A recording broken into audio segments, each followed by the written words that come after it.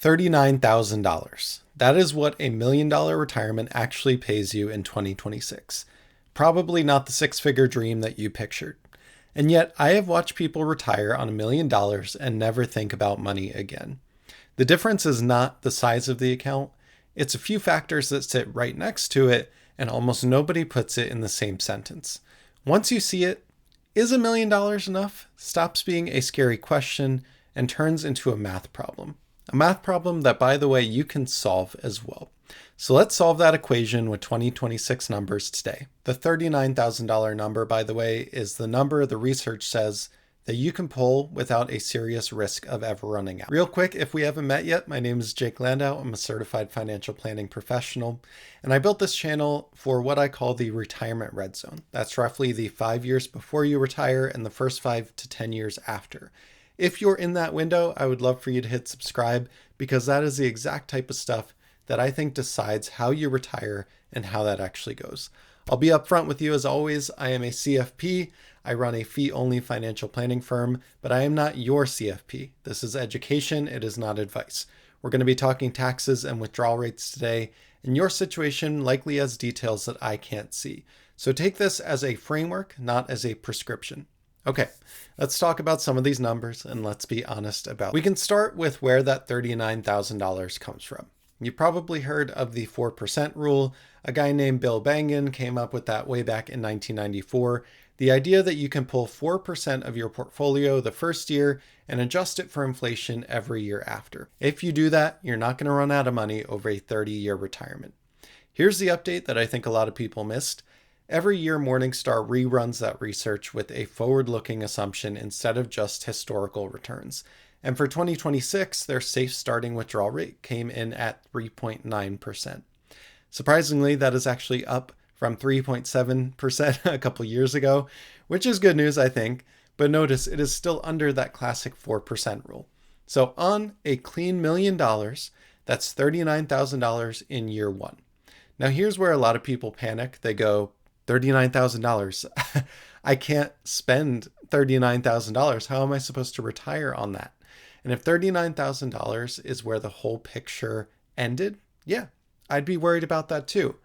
But just stick with me for the next 90 seconds because the single biggest mistake I see people make with this question is forgetting about the second paycheck, the one that shows up whether the market is up, down, or sideways. Here is the second number that we need to talk about, and this is the one that flips the entire $1 million retirement conversation. You are not retiring on $1 million. You are retiring on $1 million plus Social Security. In 2026, the average retired worker collects about $2,070 a month. That's roughly $25,000 a year per person.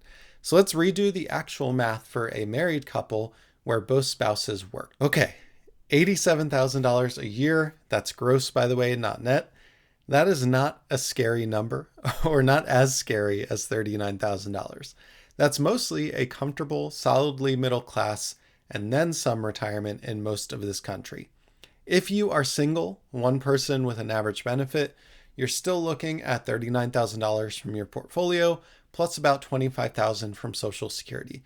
That is $64,000 a year on just $1 million. So when someone asks me, can I retire on $1 million? The honest answer is, for a lot of people with Social Security stacked on top, yeah, you probably can.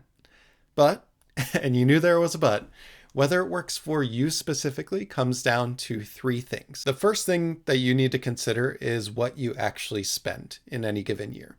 Retirement income planning is essentially just solving the gap between what comes in and what you spend. If your life costs $80,000 a year, that $87,000 income is a green light to retire.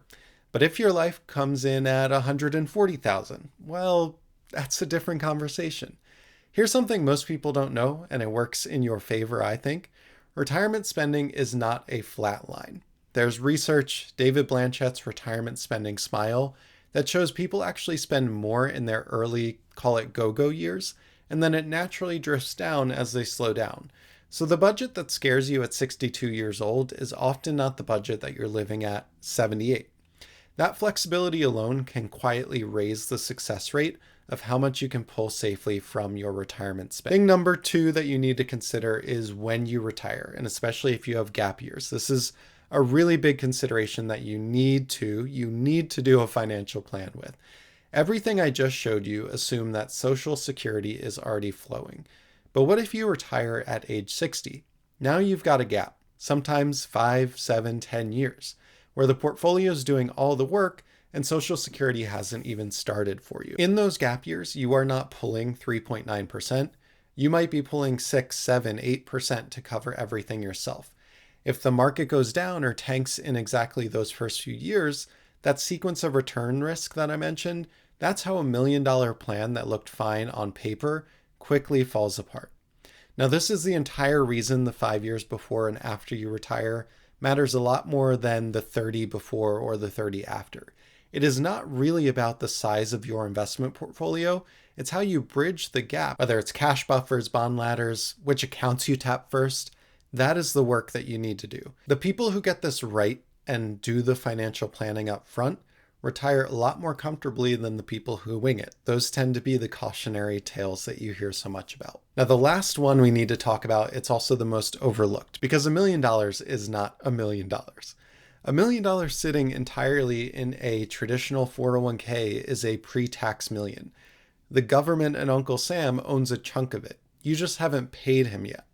Every dollar you pull is taxed as income, and at age 73, your required minimum distributions force you to pull out whether you want to or not. $1 million in a Roth account is yours tax-free. So two people can both have $1 million and have wildly different spendable retirements. The math isn't just how much, it's also what kind. And the years in that gap I just talked about, that is your golden window to do what are called Roth conversions, where you move money from the taxable bucket to the tax-free bucket while you're still in a low income bracket, before Social Security and RMDs start to stack on top of each other. If you do this right, that is potentially worth over 6 figures in your lifetime. That is the difference between a planner and a calculator. The calculator might say, you have $1 million, go for it. The planner says, here's how to make that million go 20% further by being smart about taxes and timing. So, can you retire on $1 million in 2026? Here's everything all in one place. The $1 million alone might be scary. The $1 million plus Social Security matched to a realistic budget, bridged carefully through the gap years and structured to dodge a huge tax bomb. That is not just doable, but for a lot of you watching, I think you're closer than you think. The number on the account statement was never really the question that you're looking for the answer for. The question is whether you've got a plan for it and what the plan is going to do for the next 5 or 10 years. If you want to see what your honest numbers look like and not just the average YouTube viewer, that is exactly what I do. There's a link for a free retirement assessment down in the description over at woolstonewealth.com. I would love to meet you. And if this was helpful, this is a brand new channel. I would really appreciate a like and a subscribe on the video, as it will help more people find me. Thank you so much for your time today, and I'll see you on the next one.